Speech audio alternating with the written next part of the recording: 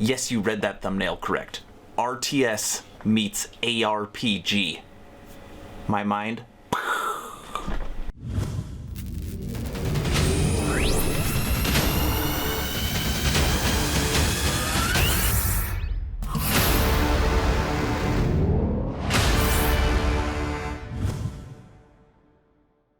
Hello everyone and welcome to Action RPG. I'm your host Aaron, and for today's video we are truly going to be looking at a game that I've never covered before. The complex base building of an RTS mixed with the action RPG hack and slash elements.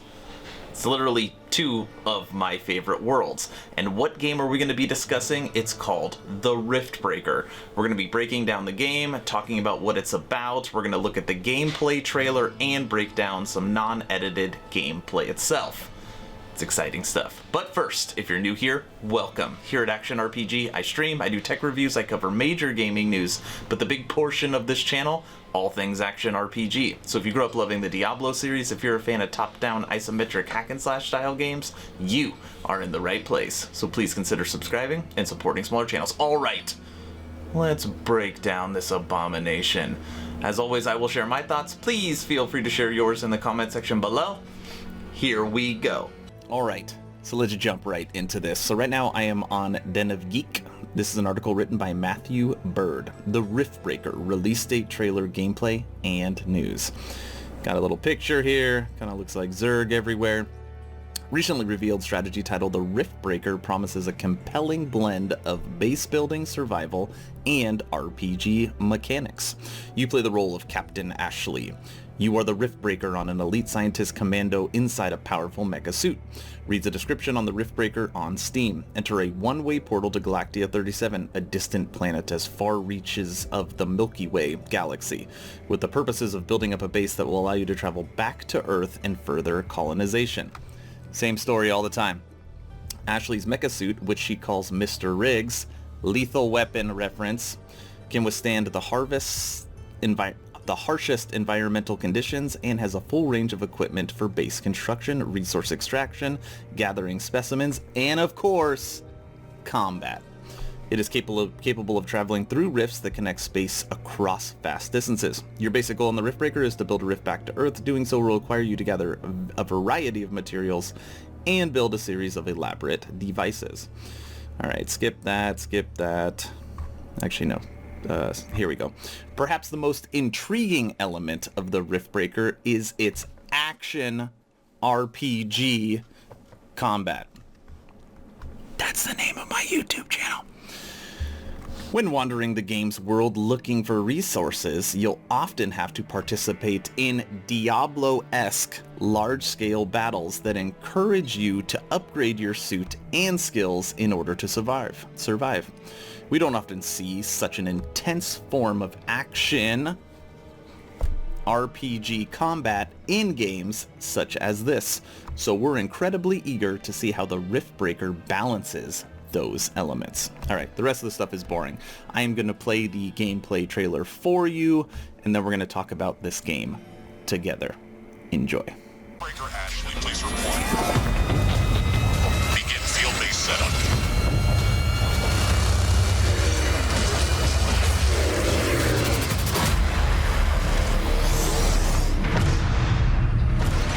Good morning, Mr. Riggs. Good morning, Ashley. We should go out and explore the area.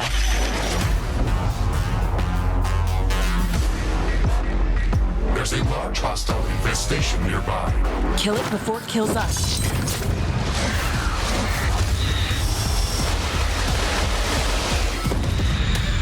We should build up our base as quickly as possible. Let's place it close to a carbonium deposit.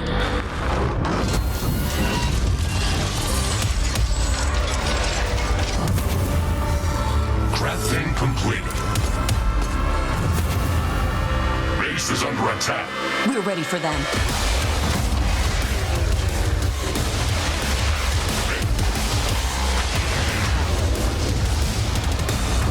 Ashley, use the rift portal to jump to the mining base. Rift jump successful.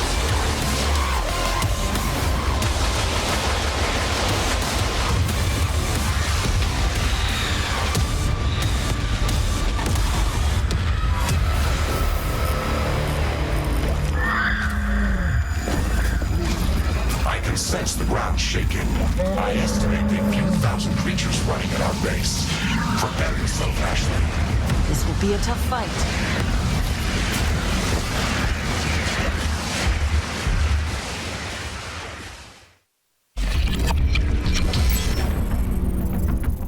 So what you just watched is the actual trailer for the game. Now we have exclusive 5 minutes of gameplay from IGN. So instead of me reading a boring article or going to Steam's website, I figure we can look at this together and I can give you my opinion on actually watching gameplay, not just cutscenes. Figured it'd be more exciting.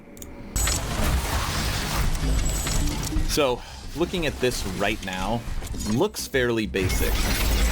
Upgrading the walls, obviously more walls, harder to get in. Adding multiple points of entry, like more doors, that's what he's putting in, or she's putting in right now. And then throwing in turrets. Walls, doors, turrets. For defense, that seems pretty basic. Now, unlike a normal RTS, where obviously you're making units, in this, you are the singular unit. So you work on basically a turret defense style game, with you in the action RPG element, and here is some action RPG. Oh, my face looks red because of the screen. Fire them, melt them. But the visuals look absolutely incredible in the isometric point of view. The smoke from the rockets, the way they come off, the death of the bugs. A little bit of Starship Troopers in here as well.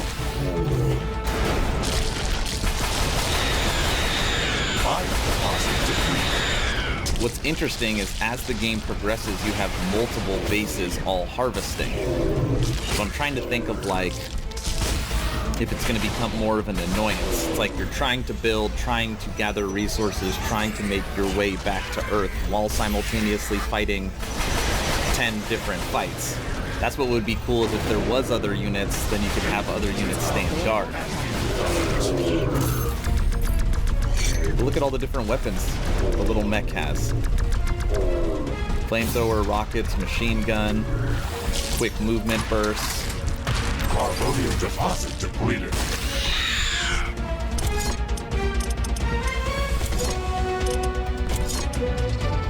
Crafting completed. Crafted a minigun. Watch this. Minigun enabled.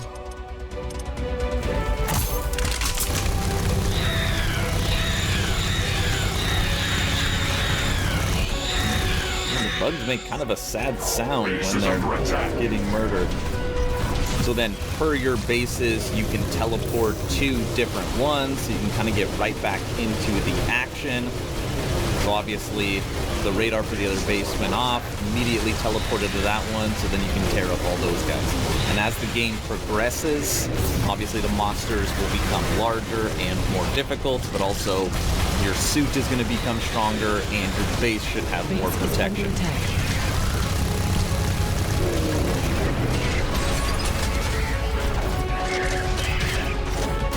That's great.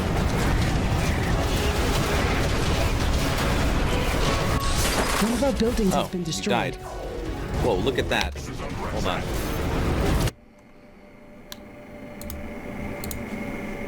Where'd it go? One of our buildings. Stop.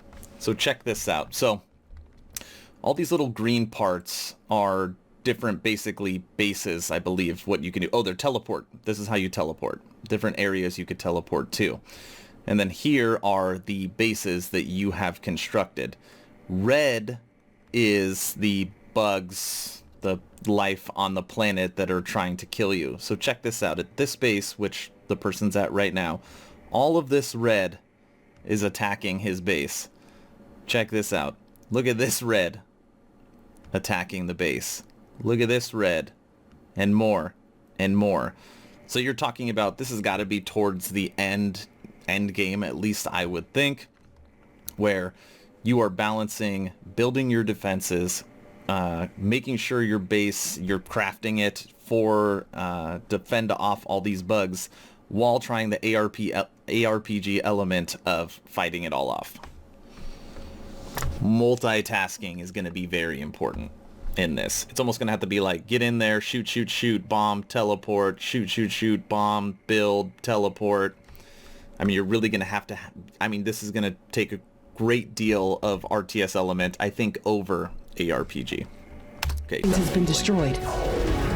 Base is under attack.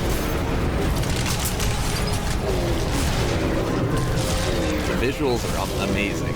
Wall destroyed. And obviously this video probably doesn't even do it justice. Look at how large these things are. It's like ultra lists. Moving fields are available for crafting. Get in there, Riggs. The little ones.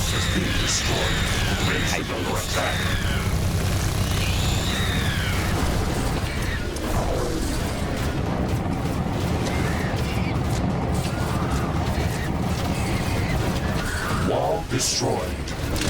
All Base destroyed. is under attack.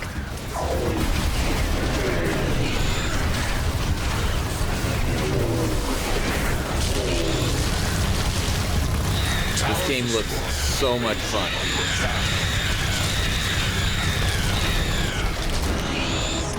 There is a breach in our wall. Just crushing. Base is under attack. I think we know the base is under attack. This will buy some time until the next attack. Let's check what's new after the HQ upgrade. Ah, did you catch that? So it kind of looks like it's almost like it's split up. So this should buy us some time until the next attack. Let's see what's new after the HQ upgrade, which makes sense that as you are building up your defenses and your buildings, when you fight off the waves, they're going to give you time to rebuild them so that you're not trying to fight and build simultaneously. At least that's what I take from that. You know, if it's you just fought off all that stuff, it's going to buy you time until the next wave. So you probably won't be building and fighting at the same time. Very cool. Okay, that is the gameplay. Let me just show you Steam and what it says for system requirements and release date. All right, the Riftbreaker. Now we are on Steam. So it's for release date. It's saying sometime in 2020. So this title will drop this year. Now, one thing that was interesting when I was doing my research for this game is it doesn't mention anything about multiplayer or co-op. So I did some research and I dug through the forums, and as of right now, this is a single player game. Now what they're doing is they're finishing the campaign and making sure that all of those RPG elements are solid, and then phase 2 of this game will be co-op. So that will be coming to the Riftbreaker. The devs have already come out and said that this game will have a co-op element, but it most likely will not be at launch. So at the beginning, likely no multiplayer support.